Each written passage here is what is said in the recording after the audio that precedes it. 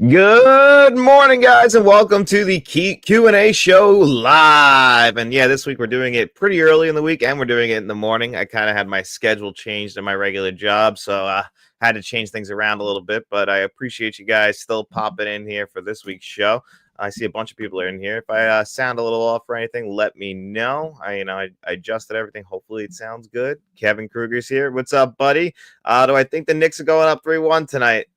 You know, my gut says no because once you let the Celtics kind of back in there and now they feel comfortable again. I mean, we got killed in game 3, so I hope so, obviously, but I don't know. The Celtics, they're still the defending champions any which way you spin it, and they're still going to be tough to beat, so it's going to be really tough, and I hope so. I got my fingers crossed. I mean, look at the Pacers from last night. My God. What's up, Mr. Smelly Potato? Good morning to you, too.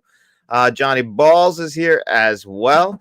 Just a little bit of, let's give you guys an update on the channel before we get into the Q&A show. Just let you guys know what's coming this week. Actually, I could probably just throw up a graphic of what 4K's Blu-rays reviews we'll be having, and we're going to have our regular morning show with Dennis. We're going to do that on Thursday this week at 7:45 a.m. Trying some new things out on that, so it'll be a little bit more focused on movies as well, so it won't be just video games. I know that that's one thing that we kind of have focused a lot on lately. I mean, video games, wrestling. I know that's one thing that we've been focusing a lot on lately is just wrestling, but I know not everybody here is into wrestling. So, some changes around. So hopefully you guys like that. And we're also going to be having three 4K Blu-ray reviews this week. We're going to review one of them is actually going to right here. Sneakers on 4K Blu-ray. Going to review that this week. That's the old Blu-ray. Doing a comparison on that right now. But the man with no name has showed up and a fistful of dollars. We're going to do that one on 4K Blu-ray review from Arrow Video. You guys can see that tomorrow. Unless you're a channel member, then you can check it out right now. Wednesday, Blaxploitations Volume 1, the classics from Shout Studios. That was great, by the way. Just a little spoiler alert. That's a great set. So if you have that pre-ordered and it hasn't shown up yet, you are going to be eating good in the neighborhood with that one. But anyway, let's get into the Q&A because I gave you guys all the fun stuff up top. Like, share, and subscribe. You know the whole spiel, how it works. Let me know if there's anything else you guys want to jump into as far as the channel goes. And we'll also do our digital code giveaway at some point as well. So if you're entered in that, that's what we will be doing too. Let's see. Whose question do we want to start with? Let's see.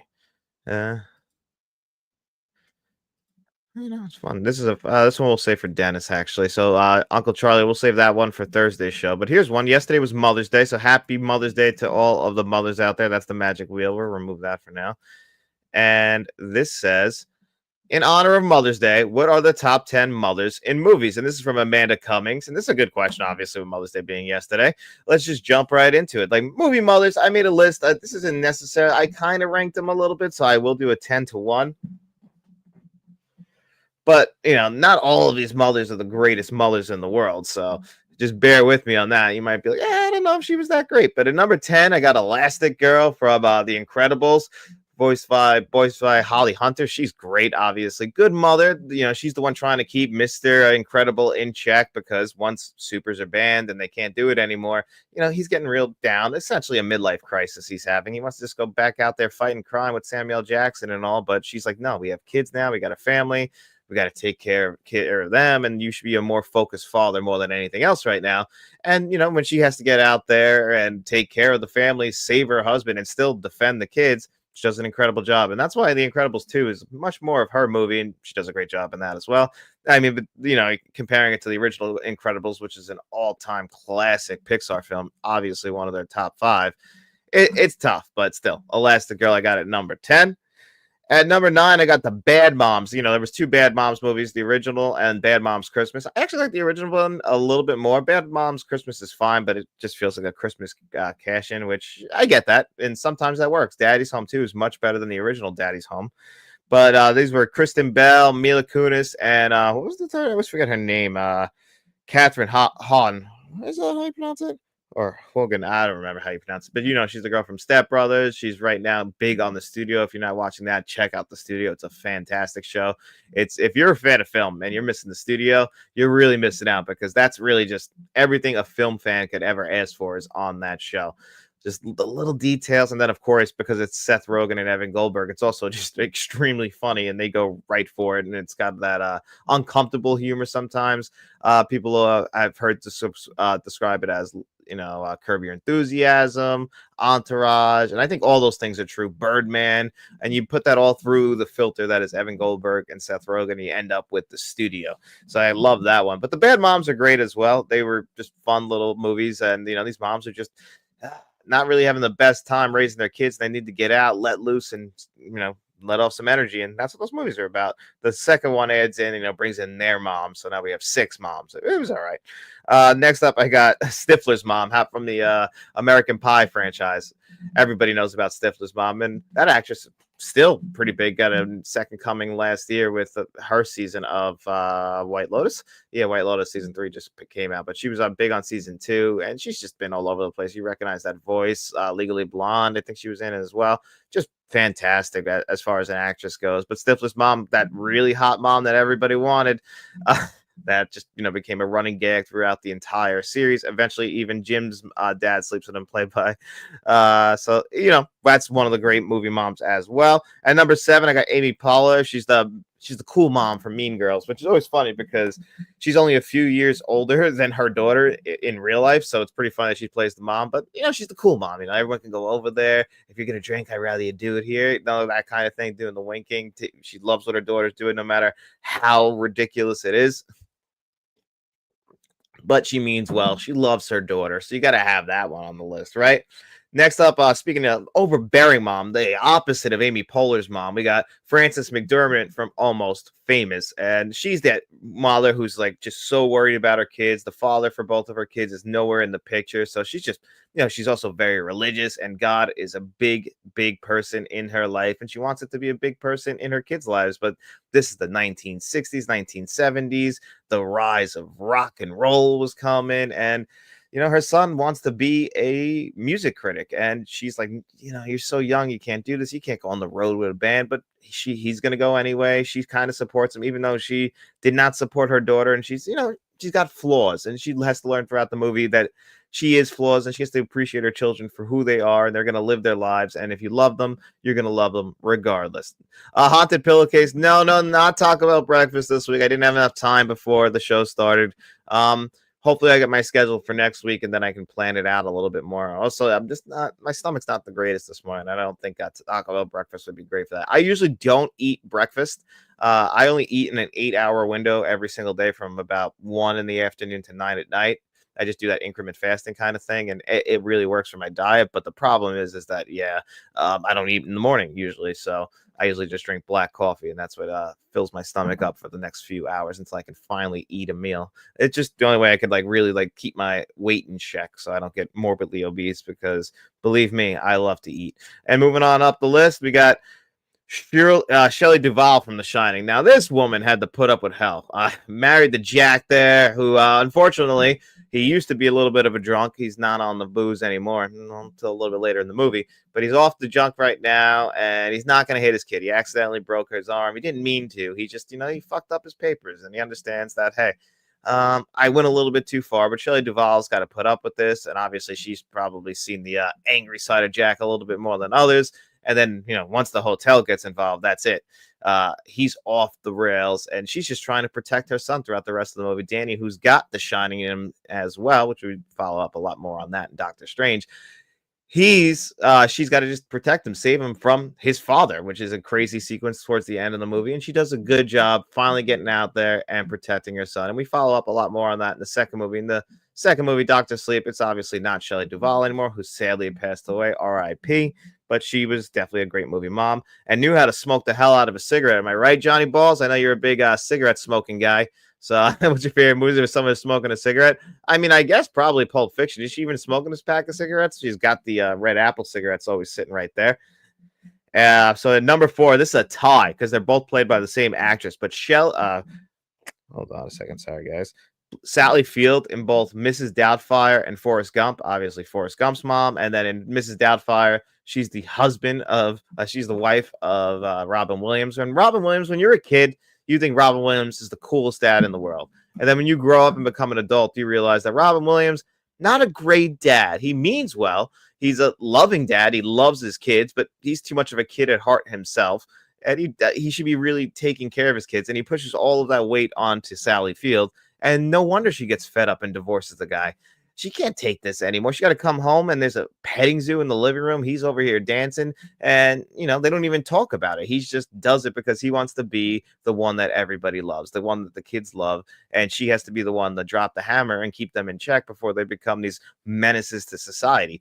So you feel for her as you get older and you become an adult yourself. It's funny how that works. Like I kind of say all the time is, the movie never changes, but you change. So you can always look at a movie one way when you're a kid, and now look at that same movie as an adult and realize, Robin Williams really did need to learn a lesson, and he learns that lesson throughout that movie. They never shy away from it. It's just a filter, the prism that you put that actual movie through. But then, of course, in Forrest Gump, she's the loving mother, willing to do anything. Boy, your mother sure does care about your education. And then the wait, I'm just showing that hey, I want my son in school getting the best education he needs, and I'm willing to do anything. And she was always willing to sacrifice for her son Forrest and not make him feel like an outcast.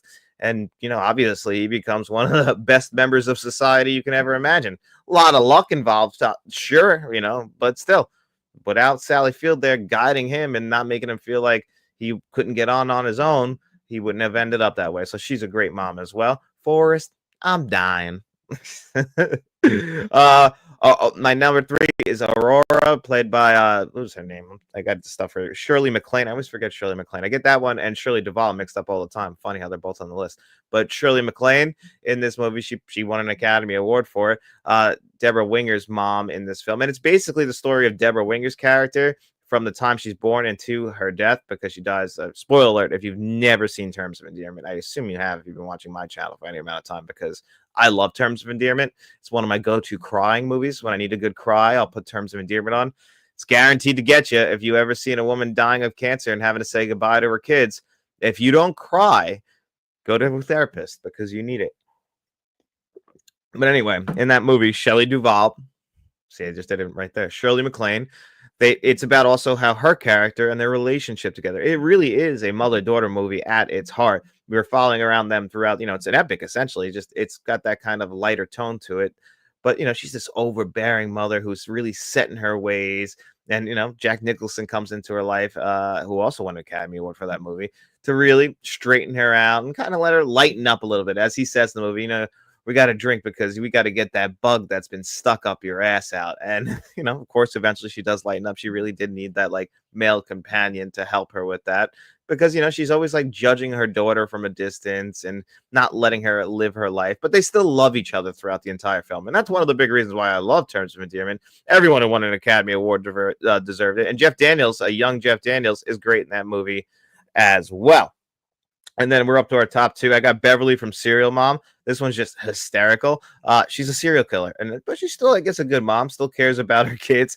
A very 1990s type of movie, but just a very entertaining one. Kathleen Turner is great in this film. One of her best performances, in my opinion. Obviously, she's got that iconic voice.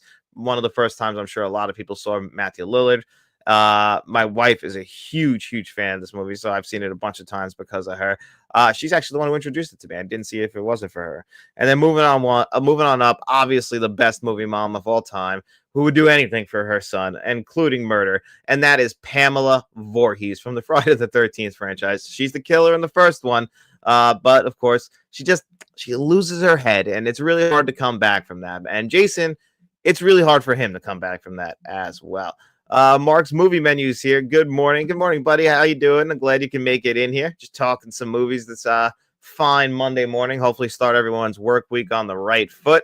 I'm off today, so I'm off from my regular job today. Usually, I'm off tomorrow, but I'm off today instead. And pretty cool. It's nice to have Mondays off. I guess usually you build up to Monday as being that like dreadful day, and today I'll get to enjoy Monday, and hopefully, you guys get to enjoy Monday as well. So that was a great question. Obviously, Pamela Voorhees had to be number 1. And let's move on down. Now we got more people in here. We can do some of the big bad questions of the week. Let's see. What do we want to do next? Here's one. This is a good one. This is one of the big ones for the day. Let's just gotta pop it up on the screen. Bigger for you guys? Yeah, we'll do it that way. How would you rank the Steven Spielberg movies in your Blu-ray collection? So we're actually doing a list. If you guys saw the Let's Talk Movie podcast from Friday, or if you haven't watched it yet, me and David, aka Shamrock Ball, show on Commando, we talked about that the next show we're doing like a fun video in between before we start season 3 of that. And we dive into one of our all-time favorite movies, and I wanted David's all-time favorite movies. I'm not going to spoil that yet. I mean, you can kind of, piece it together, but either way, or we like to do a little fun video before we get into that, just something a little bit different than breaking down one movie. And what we're doing next is the top 10 Steven Spielberg films, me and David's own personal list. So we're going to be doing that video next, so you guys will get to see that next week. But because of that, I don't want to step on that video's foot, but this will be more of a ranking of just the quality of the Blu-rays and the 4K Blu-rays. So it's not necessarily my personal rankings of the films because, again, don't want to spoil that. But I do have quite a good amount of Steven Spielberg movies on 4K Blu-ray, and actually, because it's funny, because I'm trying to rewatch or actually watch some Steven Spielberg films that I've never seen before, I grabbed a bunch of new ones on Blu-ray and 4K Blu-ray. But I also don't have a lot of big ones. Like you'll see, I don't have Ready Player One in here. I still haven't seen Ready Player One since I saw it in theaters, which is funny because I walked out of theaters loving it. But sometimes that happens where you just kind of love it in the theaters. And I remember that movie was just a big spectacle, CGI fest, that I had a good time, but I was also like, I still haven't wanted to run back to it. There's also been movies that I'm sure a lot of you guys have been waiting for a brand new 4K Blu-ray upgrade that I refuse to buy at any point right now because I know it's got to be coming at some point, and that is, of course, Minority Report. So you won't see Minority Report in here. I'm not sure if Steven Spielberg has 10 good movies. I mean, obviously, Cowabunga, dude, I disagree. But last night, I put on the Sugarland Express with my wife because I hadn't seen it before. And she's like, oh, this is a Steven Spielberg movie? She's like, I don't like Steven Spielberg that much. And I was like, so you know what, Cowabunga, dude? While I disagree, there's obviously other people out there who agree with you, and they live in my house. So we can't take that. We all have our opinions, have our favorite directors, and I have to respect that, even if I do disagree. Steven Spielberg isn't my favorite director of all time. He's in my top 5, top 10, but yeah, no, I mean, Steven Spielberg to me has made quite a few masterpieces, though. He's made 36 movies.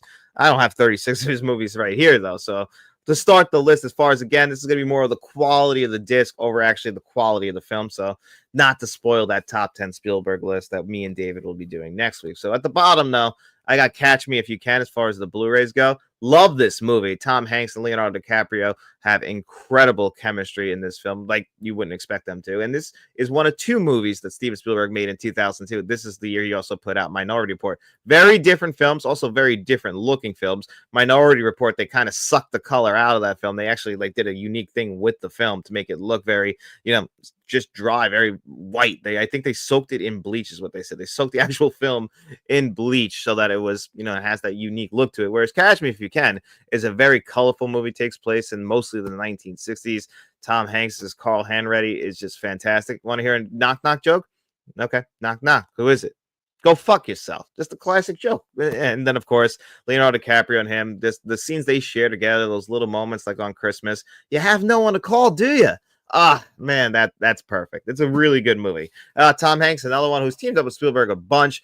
Bridge of Spies. Now, this, I really did enjoy it. I've only watched this movie twice, but I've always really enjoyed this movie. This won Mark Rylance an Academy Award, and I think that's the year he won it over, if I'm correct, Sylvester Stallone for Creed. So even though I love Mark Rylance, I don't think he deserved the Academy Award over Sylvester Stallone. That kind of felt like literally Hollywood politics, and I hate to see something like that. And again, Mark Rylance, great actor, and he's worked with Steven Spielberg a bunch of times after that, like in Ready Player One. But this movie also, it's just a Steven Spielberg movie doing Steven Spielberg things as far as direction goes. I remember Chris Stuckman review at the time when this came out, and him saying the way that Steven Spielberg just handles the scope of a scene and the amount of extras that are in the scene and how everybody's moving around, and it just seems so natural.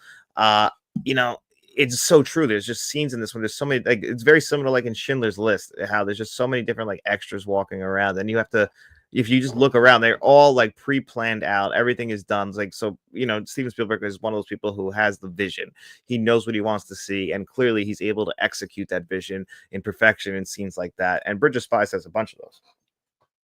Also, I'm a sucker for the snow, and there's a great snow sequence.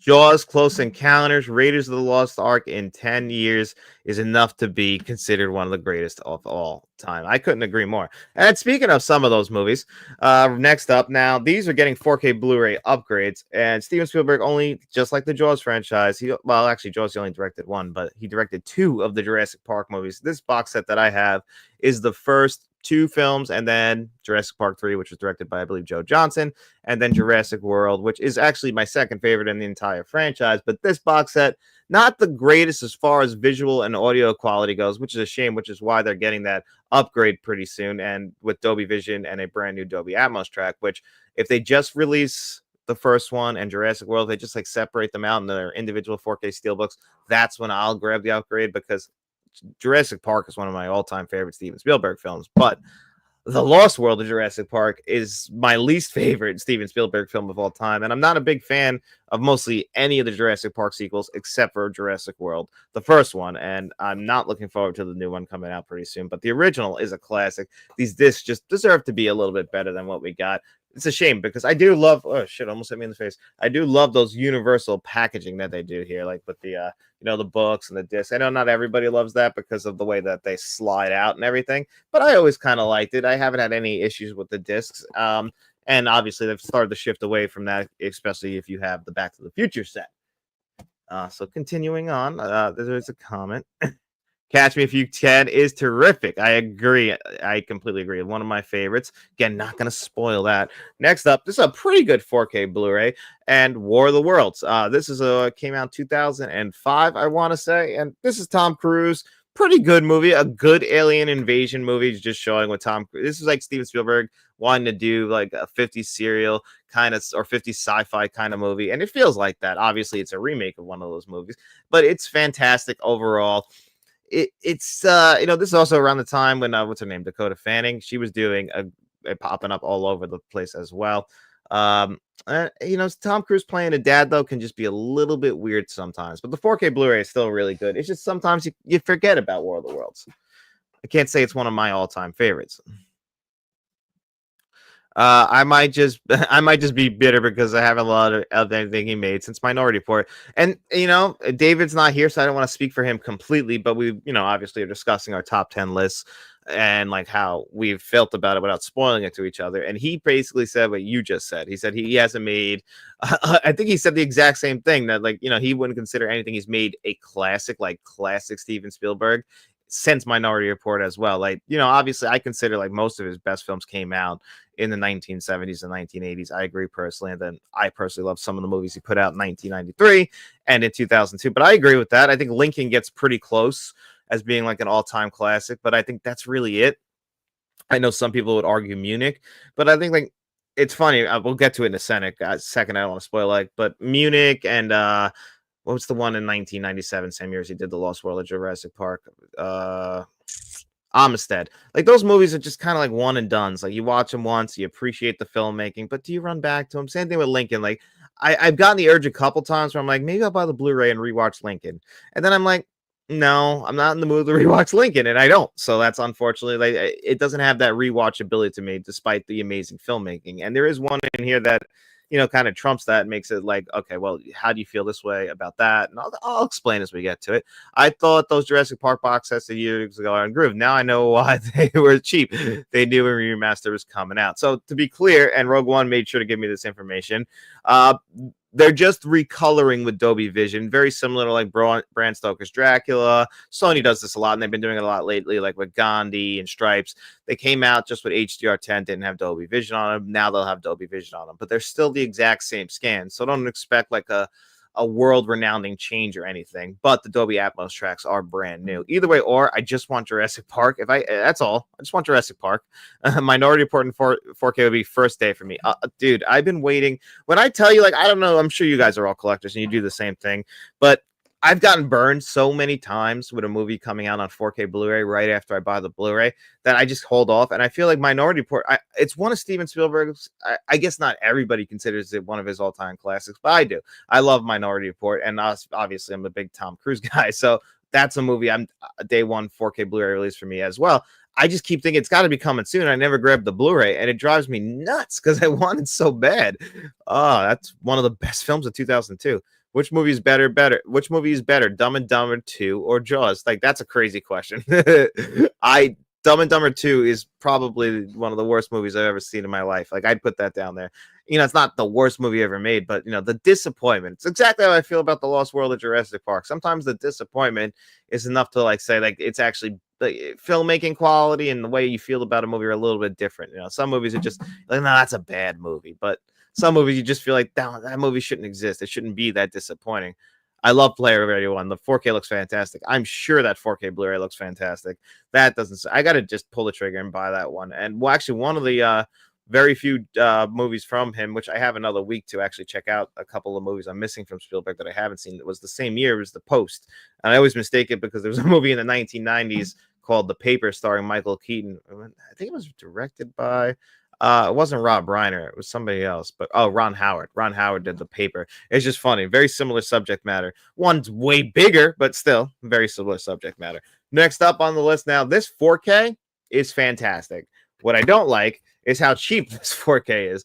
I mean, I got it sent to me. It's like, this feels like a Blu-ray just in black. That's the thing that, like, no slip cover, one disc, feels so light in my hand. What a shame, though, because The Color Purple is a fantastic film. Another one that's like tough to rewatch. It's very, very depressing, but Whoopi Goldberg is a great performance in this film. Beautiful to look at on 4K Blu-ray. I mean, obviously a lot of purple in this movie. Purple's one of my favorite colors, and it's gonna pop in here. Danny Glover as a piece of shit. I mean, this is one between this and Witness. What a bastard he was in the 1980s, huh? And then, of course, he ends up teaming up with Old Mel there, and we get one of the greatest buddy cop comedies, or buddy cop action comedies of all time. Love me some Color Purple, though. Don't know when the next time I watch that. 4K. Empire of the Sun, Saving Private Ryan, and Jaws. Looking for the 4K of AI, artificial intelligence. That's another one where I'm like, do I buy the Blu-ray or do I wait for the 4K? AI is one where I need to rewatch too, because it kind of gets, it's that beautiful meshing of Stanley Kubrick and Steven Spielberg. But it gets a little bit under my skin sometimes. Like, I always like the scene that freaked me out. It's like freaks me out more than like any horror movie is when he's eating at the dinner table, and obviously he can't eat because he's a robot, and like he starts to malfunction from it. Like, it scared me when I first saw that and I was like 9 or 10 when that came out, and it freaked me out. But the movie itself is very well made. It's one of the darker Steven Spielberg movies. That's one thing people always used to say about him when he was younger. Like, he always went for like that kind of happier ending, but he got a little bit darker, and that's one of them. That's for sure. Empire of the Sun too, which that needs a 4K in the worst way possible. I splurge and pre-order the new Jurassic Park Steel books. Hope they transfer it better. It deserves it. I think they're going to be better. I can almost guarantee they'll be 100% better than what they are right now. There's no way they're not. Like, every time I've seen, there's been one case where I thought that the Dolby Vision update was worse than the HDR10 update, and that was Bram Stoker's Dracula. And most people disagree with me, so take that with a grain of salt. But that's really the only one, and I haven't even watched those scans in 3 years, so I could even be wrong on that. So you got to take all that. Like, usually when it gets a Dolby Vision upgrade, like A League of Their Own from last year, it's a noticeable upgrade. Like, yeah, they're like, oh, well, it's the same scan. Well, here's the thing about the same scan. If they're just going in and adjusting on it, and the scan's at least pretty decent, and hopefully you can just do better color grading, it can end up looking like a brand new 4K Blu-ray, and that's more than fine. I mean, how many 4K Blu-rays use the same scan that's been like going on for years and years? I'm pretty sure for a fistful of dollars, the scan that they used is from like 2000. Was done for the DVD, like in the 2000s. That's the scan they've been using ever since, and they're just fixing and cleaning that entire scan up. So that that's nothing new. I'm not surprised, and you know what? More than likely, if you're a Jurassic Park fan, you should be happy. I'm a big. My problem is the sequels. That's the only thing. I don't need to own The Lost World on Jurassic Park twice on 4K Blu-ray. I don't want to own it the first time. Next up, I got Close Encounters of the Third Kind. This 4K Blu-ray is pretty good. It has all the cuts on 4K Blu-ray, but this was an early 4K Blu-ray, and I think actually this is one where an upgrade to the current scan would be beneficial to it. That's why I have it so low, because this is one of my all-time favorite Steven Spielberg films. I'm not going to tell you where I rank it, but let's just say Close Encounters is one of my all-time favorite 1970s films. Richard Dreyfuss, He's perfect in this movie. A lot of people we could talk about the. I mean, me and David, one of our first shows that we did together on the Let's Talk Movie podcast was about Close Encounters of the Third Kind, and I love to talk about it. I just rewatched it again, and it's one of those special feeling Steven Spielberg movies. Let's just check the chat real quick. Will AI ever get a 4K? I am sure. I think that might be one of the Disney ones. I think that'll get a 4K Blu-ray upgrade. I think at some point, most of the Steven Spielberg films will receive 4K Blu-ray upgrades. They're just slow moving, but they're guaranteed to make money. They're Steven Spielberg. Like he still puts out a movie every couple of years now, and he was doing this since the 1970s. The guy just never stops working on making movies, and I feel like that should lead to more physical media. Now, this I've said it a million times. I guess it's not even a spoiler for the list, but maybe it'll change by next week. But my all-time favorite Steven Spielberg film has always been E.T. the Extraterrestrial. This 4K Blu-ray is pretty good. It falls in the middle here, but it's a pretty damn good 4K Blu-ray. Not one of the best. I'm glad it's not that 2002 edition where they took out the guns and replaced them with walkie-talkies. That was stupid, but if you have that DVD, it's probably worth a pretty penny. Next up, another really good 4K Blu-ray, Saving Private Ryan. This is what should have won Best Picture in 1998. Not Shakespeare in Love, but hey, sometimes you can just buy an Oscar, and that's exactly what Harvey Weinstein did, that's for sure, because Saving Private Ryan, the Normandy beach sequence alone elevates this movie to heights that could never be imagined. But then the rest of the movie is fantastic. Steven Spielberg doing a war film, and then a beautiful looking one at that. Tom Hanks is great, but the entire squad is great. Vin Diesel, he's not even there talking about family. He's just there to fight in World War II. Next up, this is one that won Best Picture in 1993, the same exact year that he did Jurassic Park. He did Schindler's List. Now, this is a great 4K Blu-ray. I'm pretty sure it's the only Steven Spielberg film that's in black and white, even though the red means a lot in this movie. But the reason why I have this so high, even though this is a tough rewatch as well, is the filmmaking in this is incredible to me. Liam Neeson's performance is incredible. It's a beautiful looking film to watch, even though it's horrific. I mean, Ralph Fiennes is one of the worst villains in film history as that fucking Nazi. And, of course, they make him seem a little bit human, giving him a cold at the beginning of this movie. But yet he'll walk over to the end there, and he'll take his sniper out, and he'll just pick off rats in a barrel, but instead of they're human beings, just showing you that this guy is a fucking monster. And this, again, same exact year for him and John Williams that they did the scores for this, and they made Jurassic Park, Schindler's List, and Jurassic Park in the same year. Like I feel like that's the pinnacle as far as filmmaking goes. Like, can you do any better than that? Like the highest grossing film of the year and the film that wins Best Picture, you can't. That's a great slipcover, by the way. It also got a steelbook release a few years ago, but let's see. What's the first Spielberg movie you saw in theaters?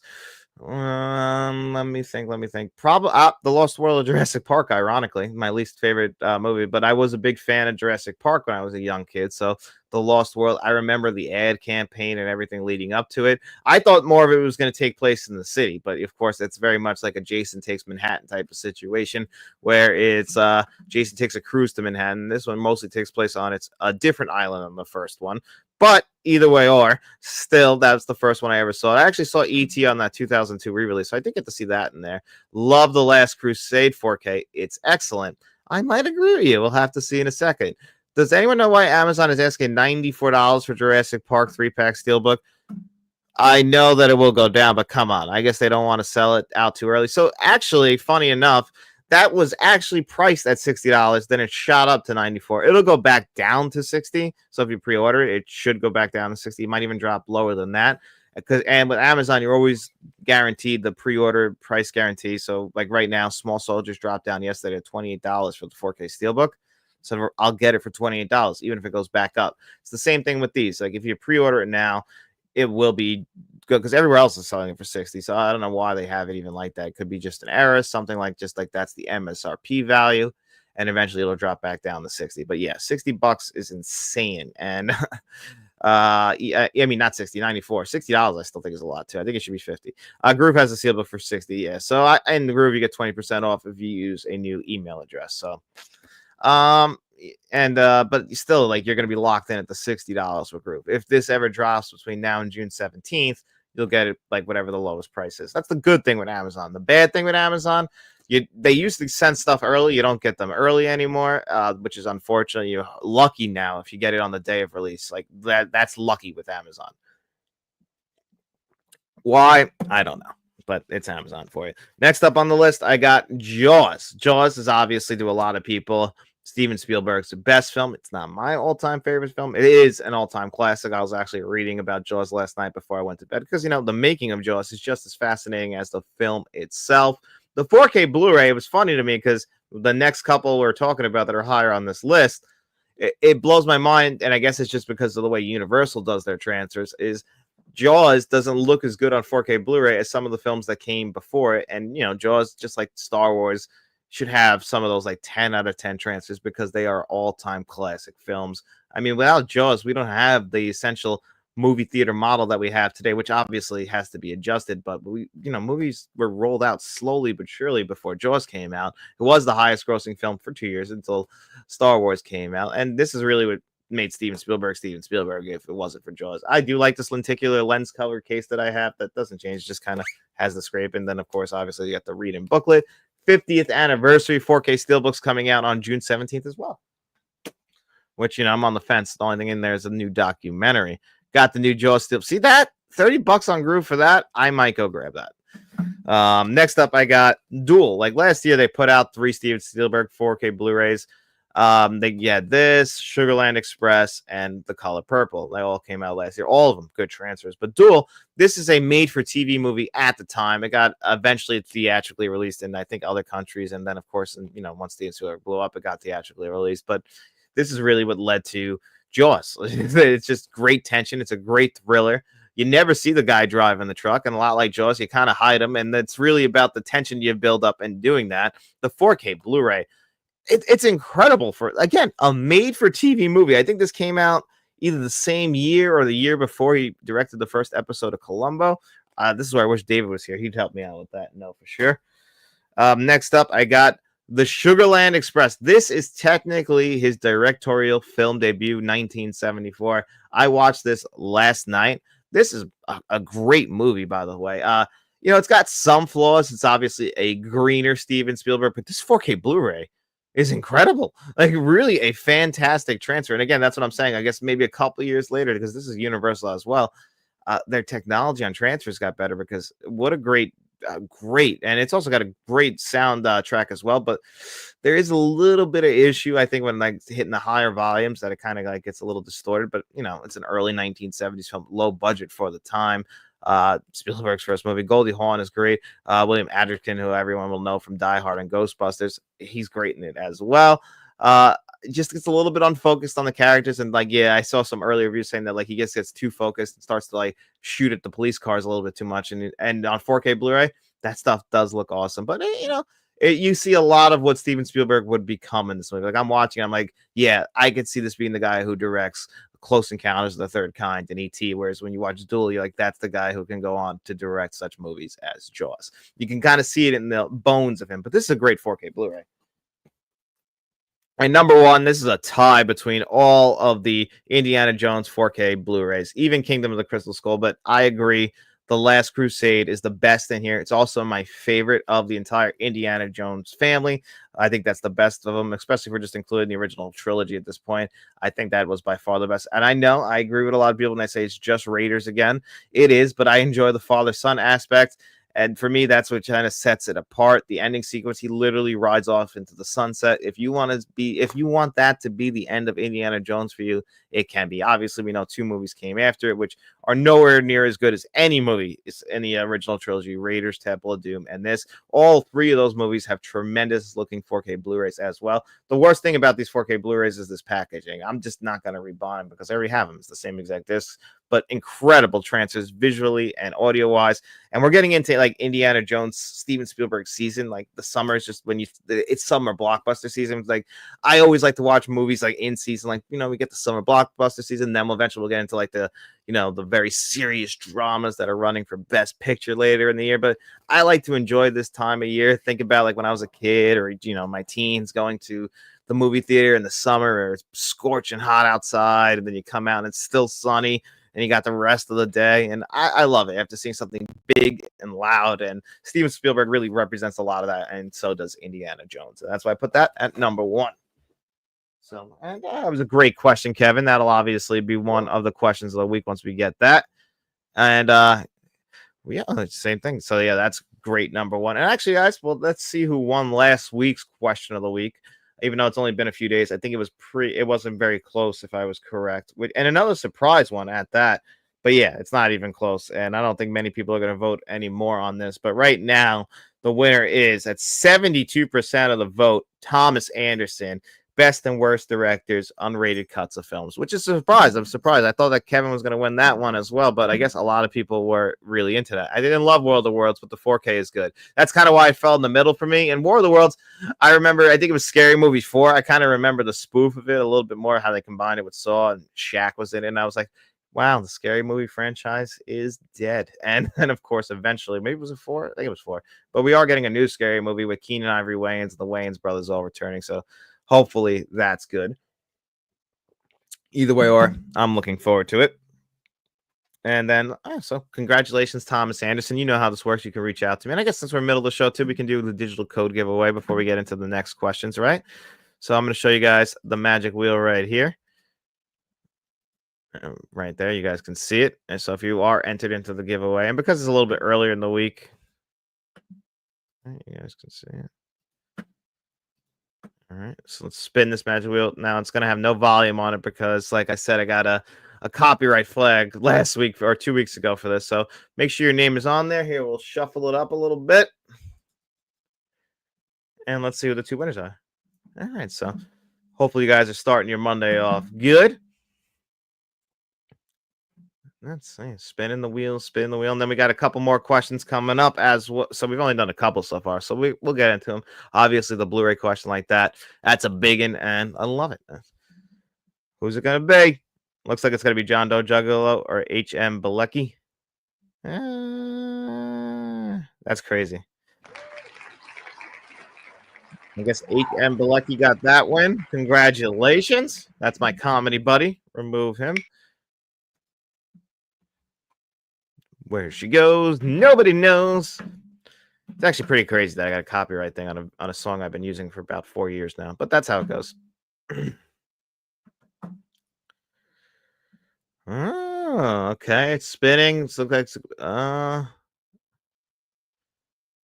physical collector of Blu-rays. This guy's actually only been subscribed to the channel for a little while, but congratulations. That's your first win.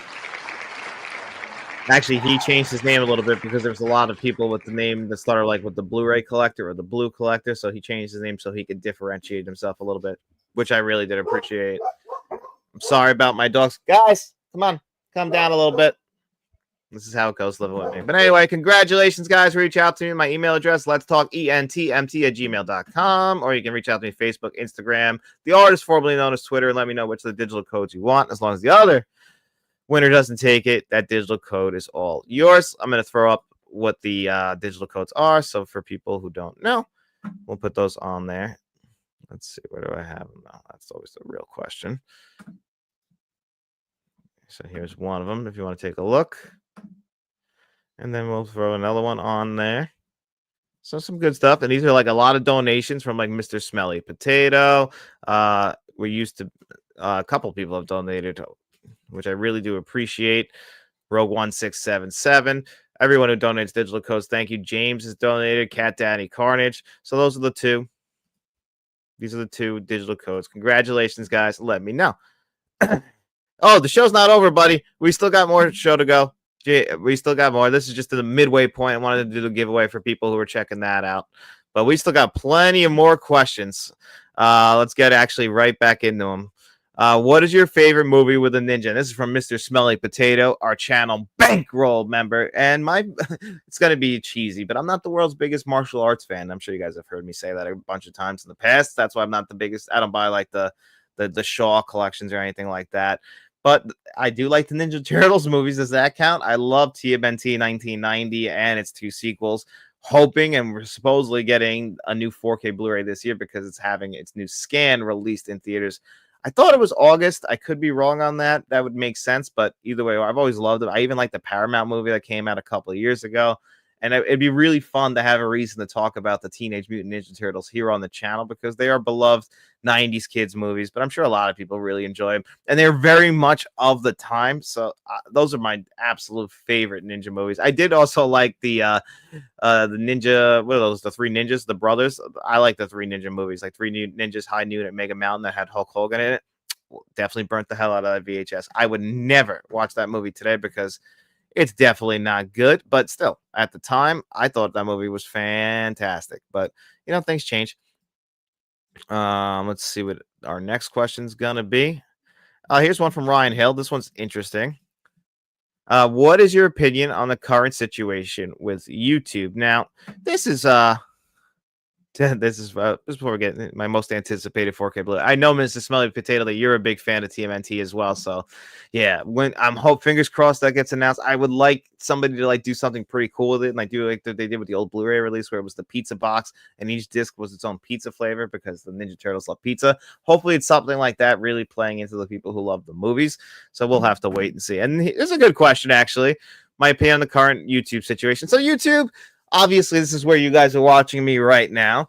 YouTube gives me the platform to do the Let's Talk Entertainment and Media and to do my shows with David, a.k.a. Shamrock, Balls, and Dennis. So without them, obviously you guys would have no way of finding me.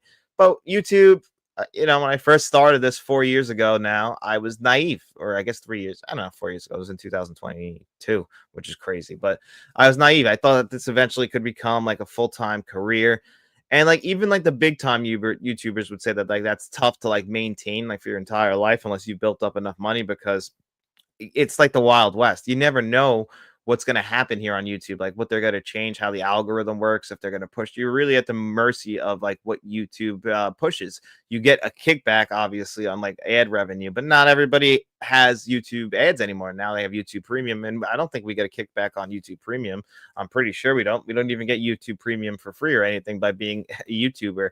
Like I thought that would be a good idea if you have like over a certain amount of like revenue you bring into them, they give you a YouTube Premium for free or YouTube TV for free. But they're Google, they're a corporation, so they're never going to do that in a bajillion years. And I understand that. But of course, when the amount of work you put in on YouTube, and every YouTuber will tell you, is it doesn't add up to the financial returns. In fact, it really doesn't add up at all. Like the amount I've spent, I'll spend hours and hours and hours of every single day working on YouTube. And obviously, this is more of a passion for me, so it's not supposed to be a financial like gained kind of situation. And that's why I also don't really like to get like I'm very different from a lot of other YouTubers. I don't go and ask for review copies for all of my 4K Blu-rays. I buy every single 4K Blu-ray you've ever seen me review here on the channel myself. It's just because I don't want to like kind of become one of those like people who feels like a salesman for 4K Blu-rays. I like to have the option open to speak my mind, and that might hurt me in the sense that YouTube might not push my stuff because I might not get stuff as early as other people, and like by the time my reviews get out for it might be too late. Like for example, like everybody's already got Jason X and Jason Goes to Hell.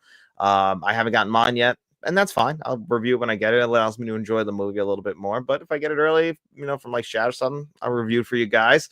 But really, it's just because I love to do the reviews. It's not because I expect this to like be a career. And a lot of the reason is because of how YouTube is. It just doesn't like pay it very well. So, that's why I do have channel memberships, and I like to like cater a little bit more to those people because I know they're genuinely watching my stuff for me, and they're not watching it for like something free, or they're not watching it for like, I get it. I do product reviews, and I know that some people just are here just to check out the product reviews, and I understand that. But there are some people who like my opinions on things, and I appreciate that, and I like to give a little bit extra back to those people. So that's why I do it. And the channel memberships honestly help the most because I can buy more 4K Blu-rays to review. Because honestly, to be completely truthful with you guys, I lose money on this because the amount of money I actually spend on movies to the money I get back from YouTube does not add up. But it's a passion, and that's really what it means most to me. And I kind of want to keep it that way because I have a job. I have a regular job and I make money, and I don't necessarily need to make money from YouTube.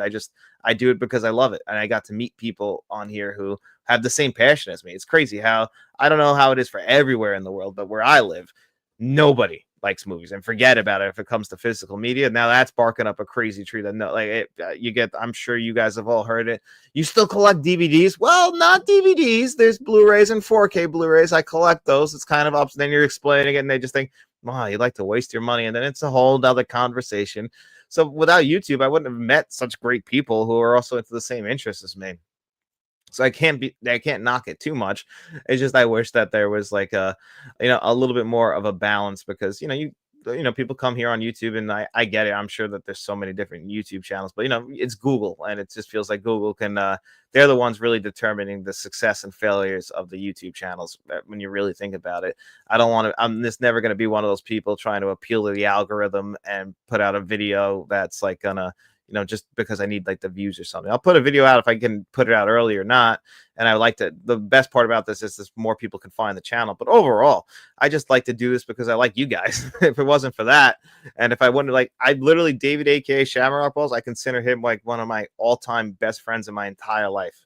I would have never met the guy if it wasn't for YouTube. So right there is a blessing, like in my opinion. I don't, I'm not religious. I'm just saying it's something that I consider that to be a great thing in my life that happened. Mr. Smelly Potato, Kevin Kruger, like those are great people. I would have never met any of you guys if it wasn't for YouTube. John Doe Juggalo, Jeff's like one of the best people that you could ever meet. Frank from Frank's Media Reviews, like I always say, like he's like the nicest guy on YouTube, Frank. And without this, never would have met him. So for all that kind of stuff, I'm appreciative.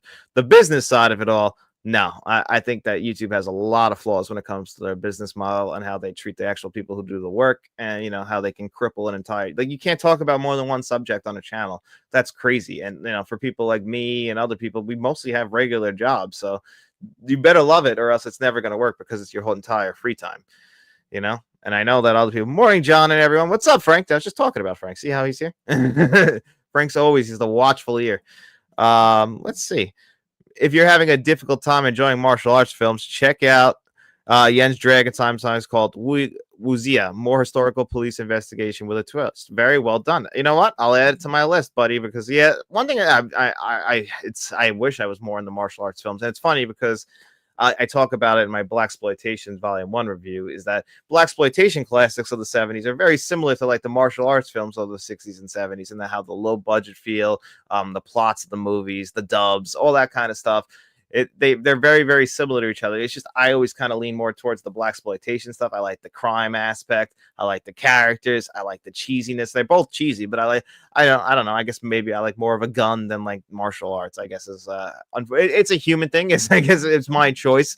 But overall, that's the reason why I kind of shift more towards that kind of side of like they're the opposite side of the same coin, in my opinion. But yeah, I'm always looking to try some new stuff. There's always exceptions to the rule, like Enter the Dragon and stuff like that. Bruce Lee films, I've always found those to be very, very good, and there's a reason why he is considered the best. But that was a great question, Ryan. Thank you. I hope you guys like that.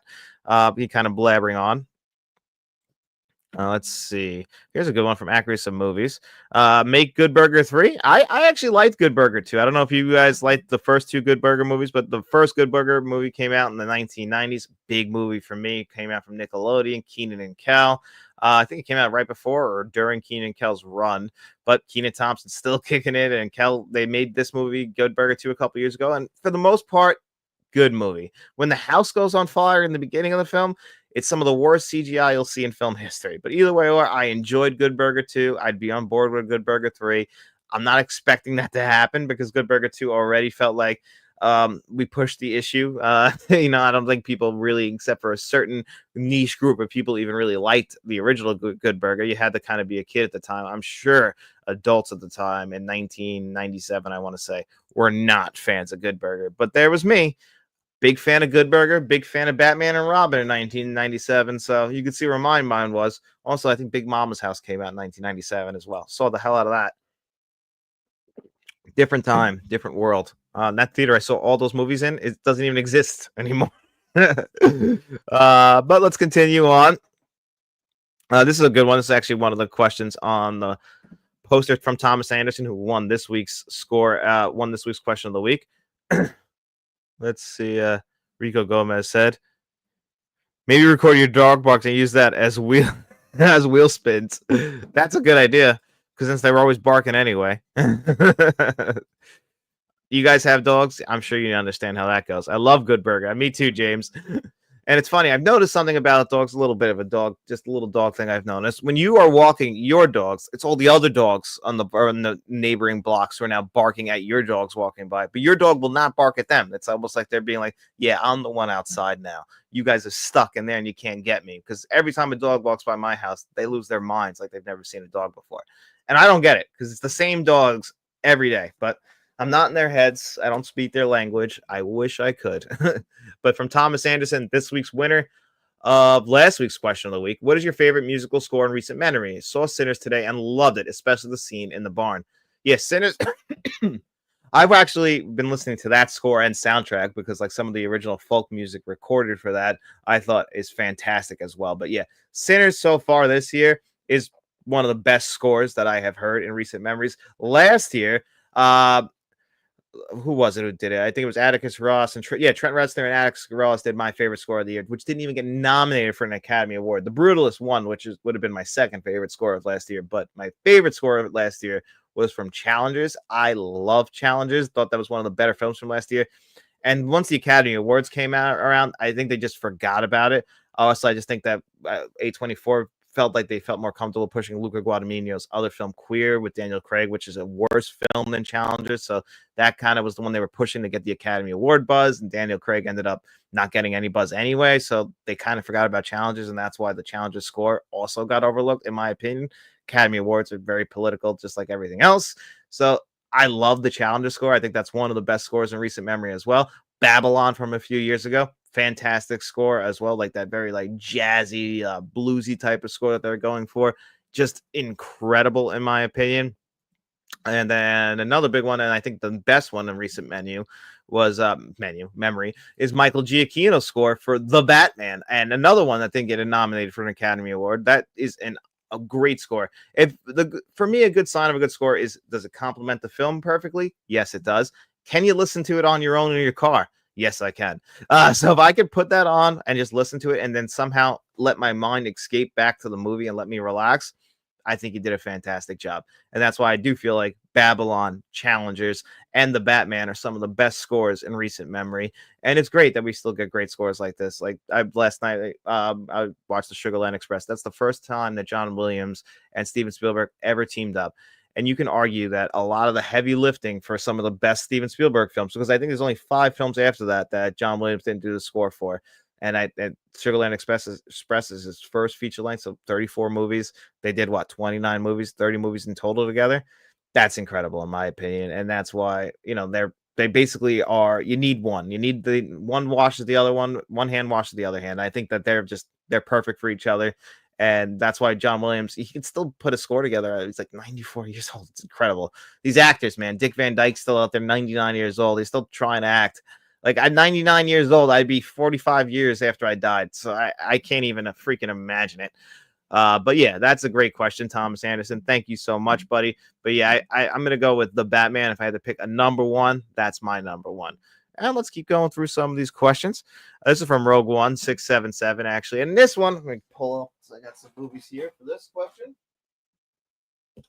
Now, I wasn't able to like go in there and do like a full like check into all the DTS HD 5.1s around, but I'm going to read your entire question out loud just because you deserve it, buddy. So leave questions here. Got it. What's the top 10 Blu-rays that has the most underrated transfers, audio tracks, and extras? And what is your top 10 best DTS HD Master Audio 5.1 mixes?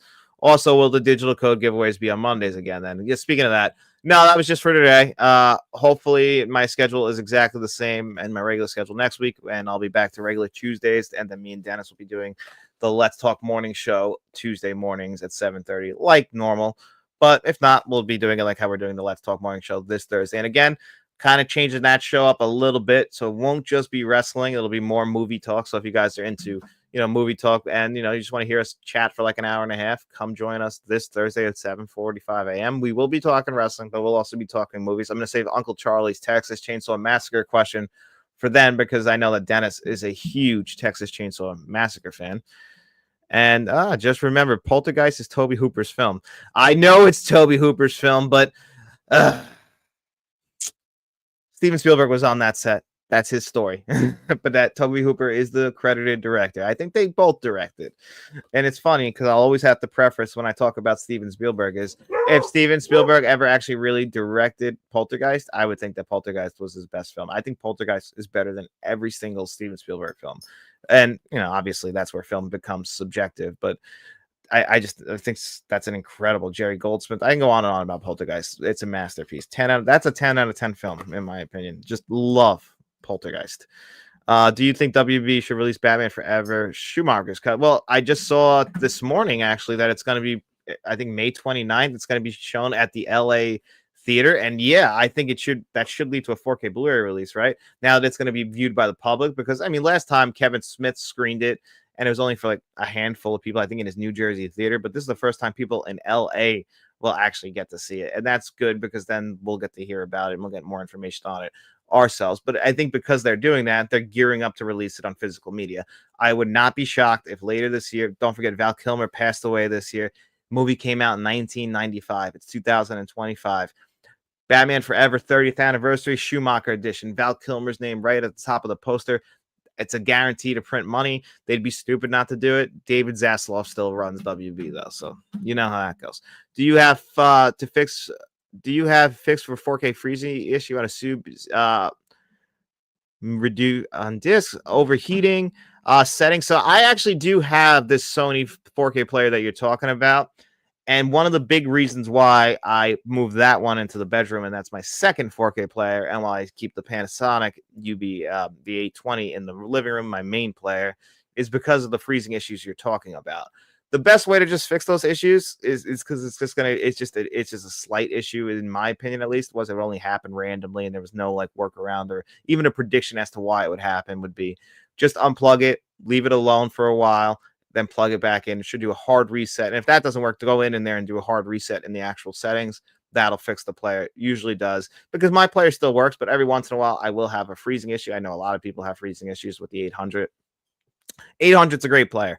I think the Panasonic is the best player as far as the, getting the most for your buck. There's a little bit higher price one, even a higher price Panasonic one, but I still think you can get everything you need out of that Panasonic. Panasonic's not flawless either, but as far as like, the closest we get to perfection, I think that's the Panasonic. But the Sony one, it does have some freezing issues. Kill Bill, like the old Blu-rays, it would literally brick the entire player. It was crazy. Like you'd have to completely unplug it. You could not unfreeze it even if you took the disc out.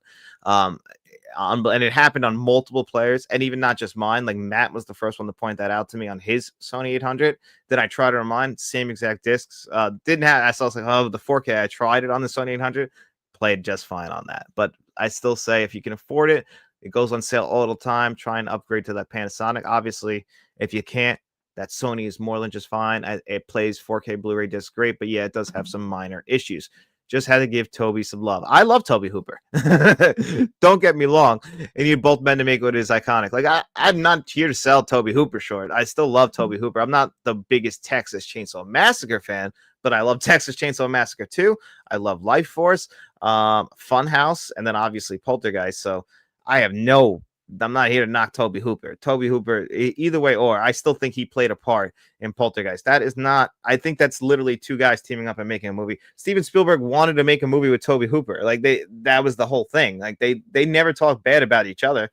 Like, so like, I think more like the fight is made up more by from fans, like who really directed. I think both of them will tell you, like, just like all films in general, it takes a team to make a movie. That's why when people like go out to cancel movies because of a director or an actor, I'm like, you know how many people work on a movie? Like, forget just the people you see on screen, like behind the scenes, like, that's their jobs. Like, people go to work every day. You're thinking of the people who make the big money in making movies. Regular people work on movies and try to make a living on just doing regular work on film. And you're kind of taking that away and denying the credibility that they deserve as well. And that's the only thing when it comes to things like that. The Sony 4K players are buggy. Yeah, they are buggy. That's the perfect way to describe it. They're just buggy. They're not broken. They're buggy. Like they have some flaws. And sometimes like really the best thing, all kinds of technology. It's not like the 90s and 2000s anymore, like where we used to have like TVs from the 2000s, early, even the 90s. They still work. It's just technology is now kind of built to fail, and eventually it will fail. Like video game consoles, like there's just so many moving parts, so many things can go wrong. These firmware updates, they can cripple it as you keep updating. It starts to hurt the battery. Obviously, that doesn't affect 4K players, but just I'm talking technology in general. There's just so many things that could possibly go wrong. And I just think there's so many players, they're priced cheaper for a reason. And I just think they have like a little bit of bugs in there.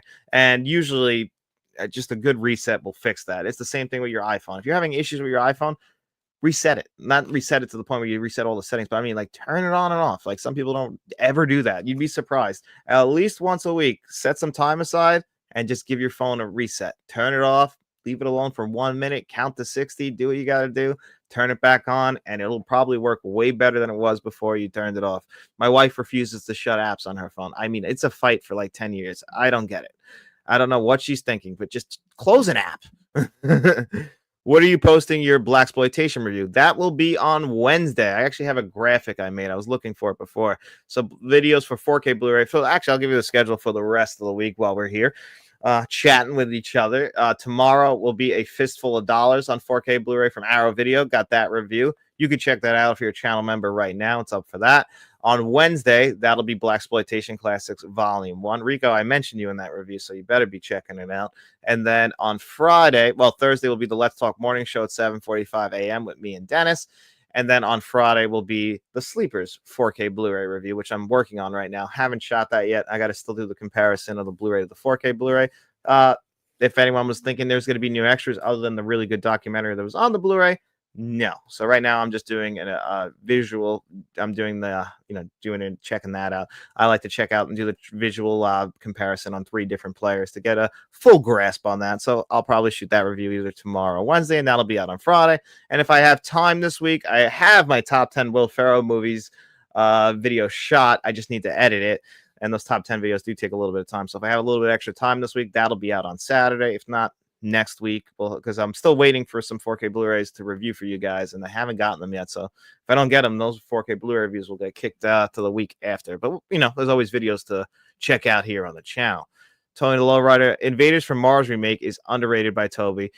Toolbox. Oh, that's a good one. I need to watch. And also, his version of Salem's Lot is the better version of Salem's Lot from Toby Hooper. Toby Hooper's a great director.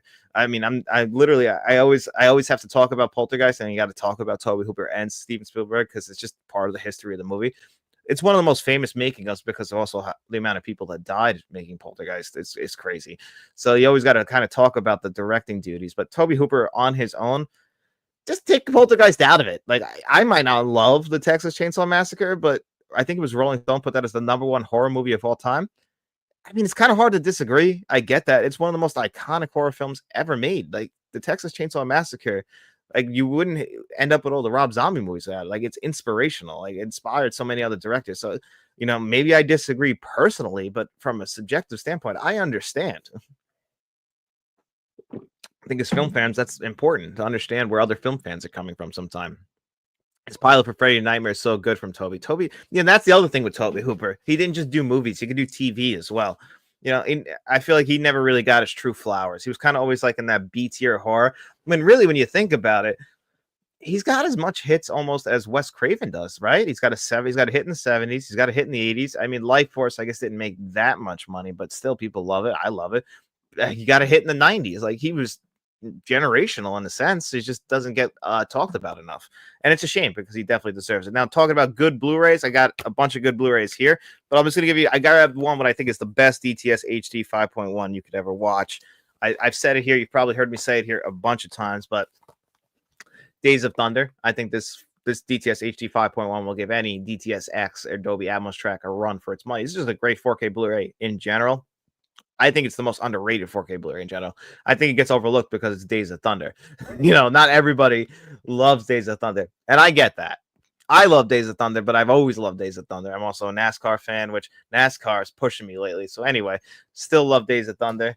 Let's hear this. They're about to bark at something else. But Days of Thunder, I think, is the best DTS HD 5.1 that I've ever had. Nightmares from the original Salem's Lot. That vampire scratching at the window scene. Yeah, scary as hell. In the 80s, it's just... the 70s and 80s with the practical effects and what you could do on an actual set just doesn't compare to what you do today. Like the remake of Poltergeist, we don't talk about the remake of Poltergeist here, do we? Physical Media Club. Hey, John, didn't expect to see a win today, but I'm happy I won. Yeah, congratulations, buddy. You've never won before, so you got to just reach out to me. My email address, let's talk, entmt@gmail.com, or Facebook, Instagram, message me, artist formerly known as Twitter. Yeah, and the way it works is if as long as the other winner doesn't get the code, you get the code. So sometimes it does happen where the guy I go by timestamps. So whoever sent me the email or text or whatever the hell first, they have the first option. It's the only way I can be fair. I saw Complete Unknown. I would like to send a message on Instagram. Yes, Instagram's fine. It's the same thing. Let's talk entertainment and media. I should be able to get a message from you, and I'll send you a Complete Unknown 4K Blu-ray code, which that was sent to me by who sent me a Complete Unknown. I want to make sure I get that right. I don't think it was James. Mr. Smelly Potato. I don't have it in front of me, but no. It wasn't. It was Sexy Monkey or Mellow Fellow now. Mellow Fellow was the one that sent me a Complete Unknown. So, yeah, that digital code will be yours. And now just to rank some of what I think are really good Blu-rays, because, we talk about 4K Blu-rays, and I usually talk about 4K Blu-rays because that's mainly what I watch are 4K Blu-rays. I still watch Blu-rays, and sometimes there are some incredible Blu-rays that even upscale to look like 4K because they do upscaling incredible on the Panasonic. You're like, I don't know if I need to buy the 4K of that. And one of them right off the top is The Martian. The 4K for The Martian was a very early 4K Blu-ray, and this Blu-ray is really good. So I never felt the need to actually upgrade to 4K Blu-ray for The Martian. And this is a great Ridley Scott film. If you've never seen The Martian, I highly recommend it. And this is actually what I think I didn't realize was so high in the pile, but this is what I think is the best Blu-ray out there is Independence Day. This is a phenomenal Blu-ray. I have never wanted to upgrade to the 4K Blu-ray. Very similar to The Martian. It's an early 4K Blu-ray. And early 4K Blu-rays, the technology just wasn't there. It's like getting a new generation of video game consoles, essentially. When you first get an upgrade, I think mostly about like the Xbox to Xbox 360 or the PlayStation 2 to the PS3, like you're blown away. But go back and look at those early generation games from 2006, and then look at the games at the end of the consoles generation, like 2010. Night and day difference. It's the same thing with 4K Blu-ray technology. Go look at 2016, 2017 4K Blu-rays. For the most part, there's always exceptions to the rule. For the most part, those 4K Blu-rays are a little bit dated and could use a new upgrade because, those Blu-rays of the time, like this, look phenomenal on Blu-ray. And I think Independence Day is the best of them. And another one is The Last Boy Scout, which is crazy because this comes in a double pack. And this has no business looking this damn good. This is a great, great Tony Scott film. One of the better Tony Scott films, actually. Very underrated. Damon Wayans, Bruce Willis. Surprising match made in heaven. Love them in this film. And the Blu-ray, I couldn't believe how good it is. It's in a double pack. Double packs. It has no business looking that good, but it does. Are you interested in checking out Brad Pitt's new race car film, F1? Oh, 100%, 110% I'm seeing F1. And that was what? Who directed that movie, actually? I think it was the same guy who directed Top Gun Maverick, right? So I'm looking forward to that. It should be a beautiful looking and sounding movie. I can't wait. The trailer, I try not to see trailers, but they showed it to me, and it does look really, really good. I was going to see it anyway because I do like Brad Pitt as well. The Thing with Two Heads, the Ray Miller and Rosie Greer movie, has incredible effects. The second head looks better than the Terminator head when Arnie is removing his eye, which that effect has not held up great, but I still love it. And another great Blu-ray is Gone Girl. This is a surprisingly good Blu-ray. I watch this one pretty often because I actually really do love Gone Girl. I think it's one of David Fincher's best movies, and you get a lot of stuff in here as well. That's pretty freaking cool, isn't it? I mean, you get so much in here surprisingly for just a regular Blu-ray release. This feels, and this came out at a time when Blu-rays were not doing this. This is what, 2013, 2014-ish? Like, this feels like a boutique level Blu-ray release, but it's just Warner Brothers, I think. And it's really good. It's actually a really good transfer as well. Another one, I just kind of wanted to talk about the movie Steve Jobs a little bit, and this is my daily reminder to people that Steve Jobs was a fantastic movie directed by Danny Boyle that nobody saw, and it stars Michael Fassbender as Steve Jobs. It's told in a unique way as well. It's like just essentially 3 parts. There are 3 different keynotes. The first one is for the original Mac. The second one is when he left Apple and he created a company like with the Cube computer, and then the third one is his return to Apple when the new Mac was coming out in, I think, 1997. It's just those three keynotes showing the change in all the different characters, essentially like a play. And I think it's a phenomenal, well-made film, and that Blu-ray is great. And the next up, I have the Ghostbusters Blu-rays, because I don't think the 4K Blu-rays are the biggest upgrade, and I love this book edition that I have for Ghostbusters 1 and 2. I don't think Ghostbusters is one of those movies that is just going to look incredible on 4K Blu-ray. I think they're always going to be a little bit heavy on the grain, and it's just the look of the actual movie, because Ghostbusters 2 looks a lot better in general as far as, like, eye-catching stuff. But of course, a lot of us, and most of us, agree that Ghostbusters is a better film than Ghostbusters 2, but we obviously love them both. And then the last one, because it has a Dolby Atmos track on it, and I think this could have been a 4K Blu-ray. I saw the TV Glow. Looks and sounds incredible, but it's just a regular standard Blu-ray. I just don't think they thought that there was a big enough audience to upgrade to 4K Blu-ray and pay for the discs. But still, what a phenomenal disc in general. Great Atmos track. So that was a great question, Rogue One. I appreciate that, buddy. Thank you so much. Hey, John, I love to say I had to say just good double features, right? It's great. I love that booklet. Something very, very different. That's awesome too for film collection. Yep. And I just bought Last Boy Scout Blu-ray, and it's okay. The sound should be great when it was in 4K Atmos. Yeah, I mean, obviously I would love an upgrade for the Last Boy Scout, because if that source material is that good on a double pack, imagine how good it's going to be on 4K Blu-ray. But how many people watch the Last Boy Scout? If the last physical media release was in a double pack, I mean, I guess there's just not much of us. It needs a bigger audience. Wish it would get that bigger audience as well, because it really, really deserves it. I'm with you, Gone Girl. Love Rosamund Pike. Yeah, she was incredible in that movie, and I think a lot of us were hoping that she'd be able to follow that up with some more great performance. And to a point, she did. But like, they had her in almost like leading role all the time. Like, that's a top 5 performance that year. It was incredible, and man, made you look at your wife different. Thanks, John, for answering. Oh, no problem, buddy. My pleasure. Thanks for the great question. I've watched some movies on Blu-ray lately that has good picture quality. Kino Lorber makes good Blu-ray transfers. That they do, and they are still very much committed to that. Like Fletch and Fletch Lives, they just released them on Blu-ray. I mean, I was one of the people who said, why not release it on 4K Blu-ray? And sometimes, I guess it's a business thing. Like, they got to weigh the options of the price of the disc, and also Blu-rays still sell it better than usually better than 4K Blu-rays because of the prices. So, they can sell it for cheaper, and you still get a good scan out of it. The audio, a lot of times, I'm sure you guys have noticed recently, we don't get that many Dolby Atmos tracks, like brand new Dolby Atmos tracks anymore. It's kind of becoming rarer and rarer, and I mean, I guess it's probably because of a pricing thing. Like, you got to pay for the ability to actually make a Dolby Atmos track. Like, it's not just like, hey, we got the tools. So you got to pay for it. Like, you got to pay for the licensing. That's why, like, certain TVs don't play Dolby Atmos. Some TVs don't play DTS. They just don't want to pay for the rights. That's why, like, Sonos systems technically don't have Dolby Atmos either, but they just, pass it through, and then it becomes the same track. It's just all thanks, John, for the giveaway. No problem at all, buddy. My pleasure. That's why I do them, is for people like you. I need to find Gone Girl. Sure, no behind on the excellent commentary track. Well, Ben what's it called? Ben Affleck is the king of commentary tracks, man. He just holds nothing back. Ben Affleck is one of us. He's just a regular dude, man, who just kind of became famous. And you can tell, like, the way he just, like, annoyed at stuff. It's like everybody else out in the world just annoyed and pissed off at the world. And then, of course, there's just Ben Affleck doing the same shit. I totally get it. It's very, very relatable.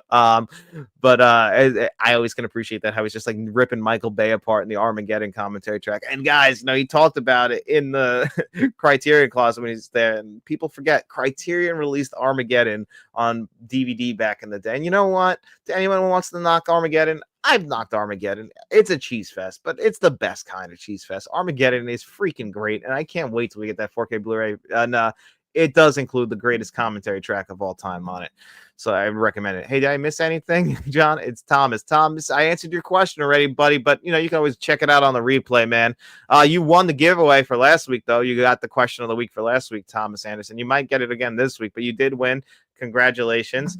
So you won that. You won a digital code as well. So there's 3 digital codes going out to HML Balecki, obviously the other guy at Physical Media Blue, and then to you as well, Thomas Anderson.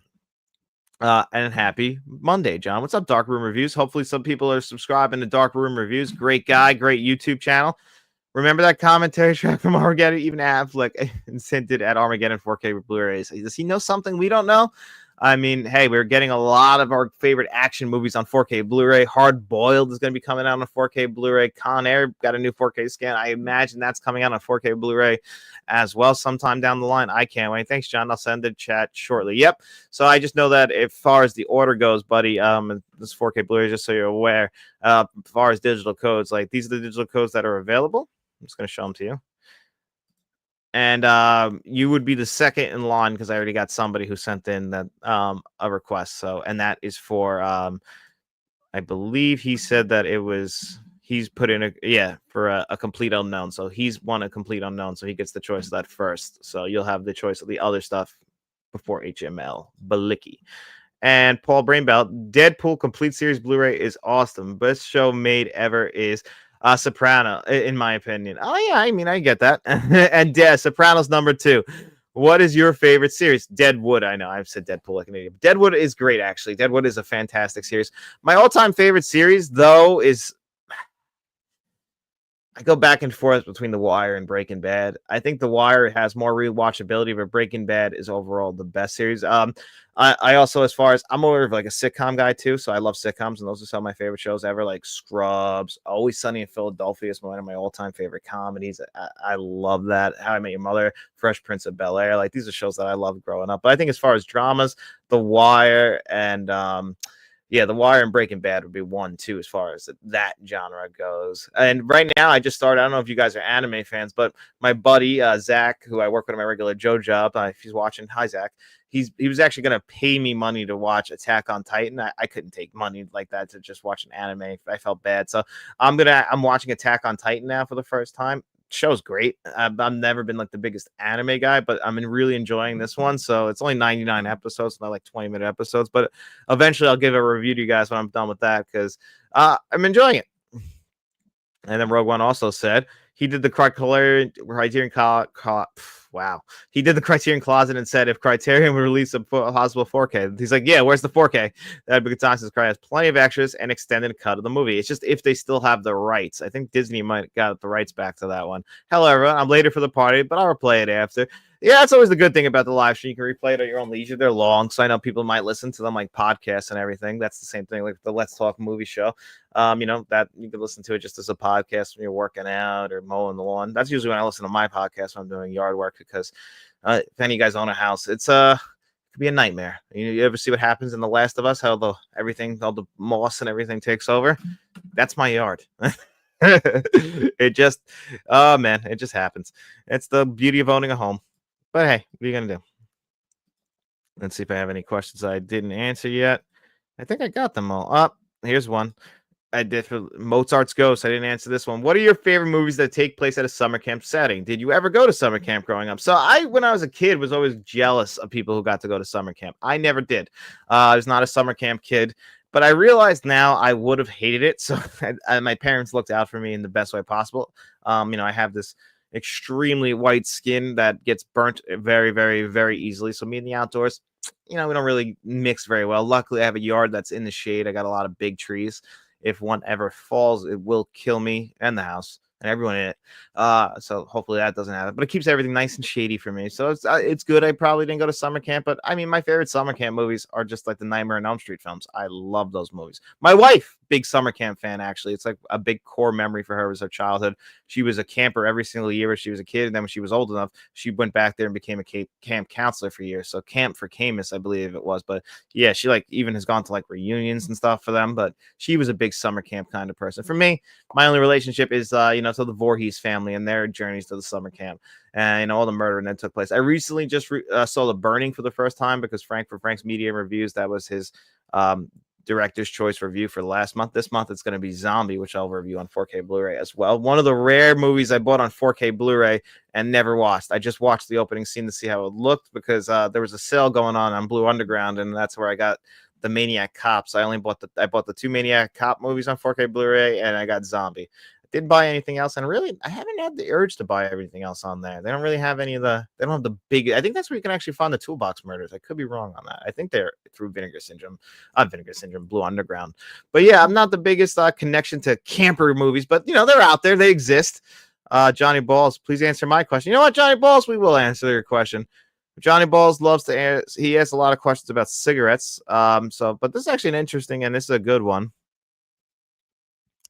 All right, because we did that one. Right.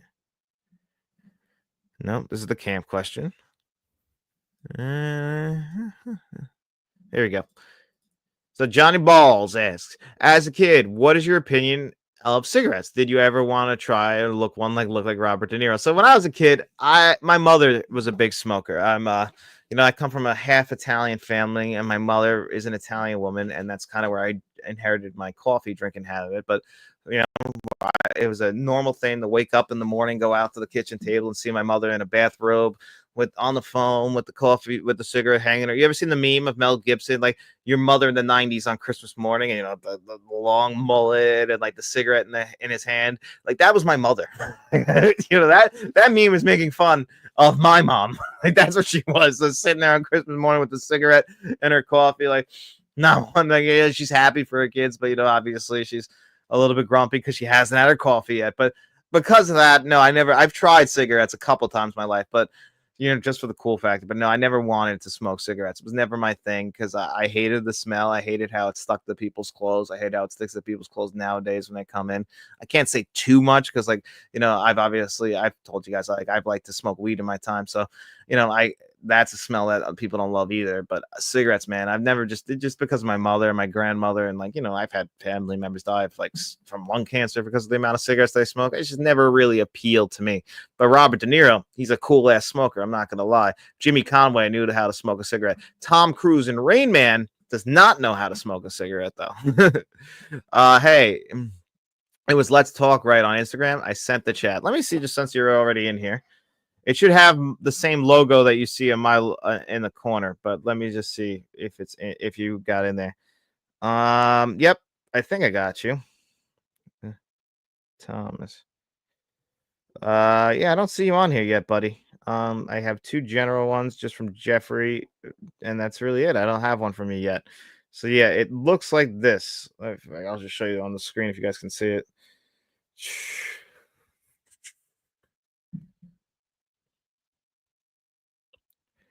Yeah, it says my name on it though. But yeah, this is what it looks like if you can see it. Yeah, if you can see my phone, that's what the logo looks like. It says John Keefe up on top. Twitter has one too. Do you like good cigar? I do. A good cigar is nice. No, and when I was on strike for my regular job that I don't work at anymore, thank God, in 2017, I used to do the overnights we had to watch the tent, everything though, because we were on strike in front of the job. I worked for a beer distributor and we were on strike for basically the whole summer that year. But I did get paid to be on strike, so the union did take care of us. And one thing we did every night because we had nothing to do and you couldn't go to sleep. You had to stay up, make sure nobody stole anything from the tent. So I'd work from like 10 at night to 6 in the morning. That was my shift of watching the tent. But we'd always enjoy like a good cigar every night. And when I went to Ocean City with my dad and my brothers a couple years ago, we had a couple of cigars and it was always fun. But I was never the world's biggest cigar guy, but I do enjoy them every now and again. Obviously can't really like inhale those too much. They'll kill your lungs, but I was always jealous of the people. Like when I went on a cruise last year, they had a cigar lounge and everyone's in there. So I was jealous. I was like, I wish I was into it because, cigar smokers, like my father-in-law, he's a big one. He's got a cigar lounge in his house. He's also got a whiskey bar, but drinking I can't really do as much as I used to when I was younger. It just kind of hurts my stomach now, unfortunately. Just how life is, unfortunately. Sometimes we get older and things that we used to like don't sit well with us anymore. But that was a great question. And physical media collector, if you're having an issue or anything at all, just try my email. That's always the best way. But yeah, I have that's just I'll write it in the group chat right now, actually, so you can see it if you're wondering how to spell it.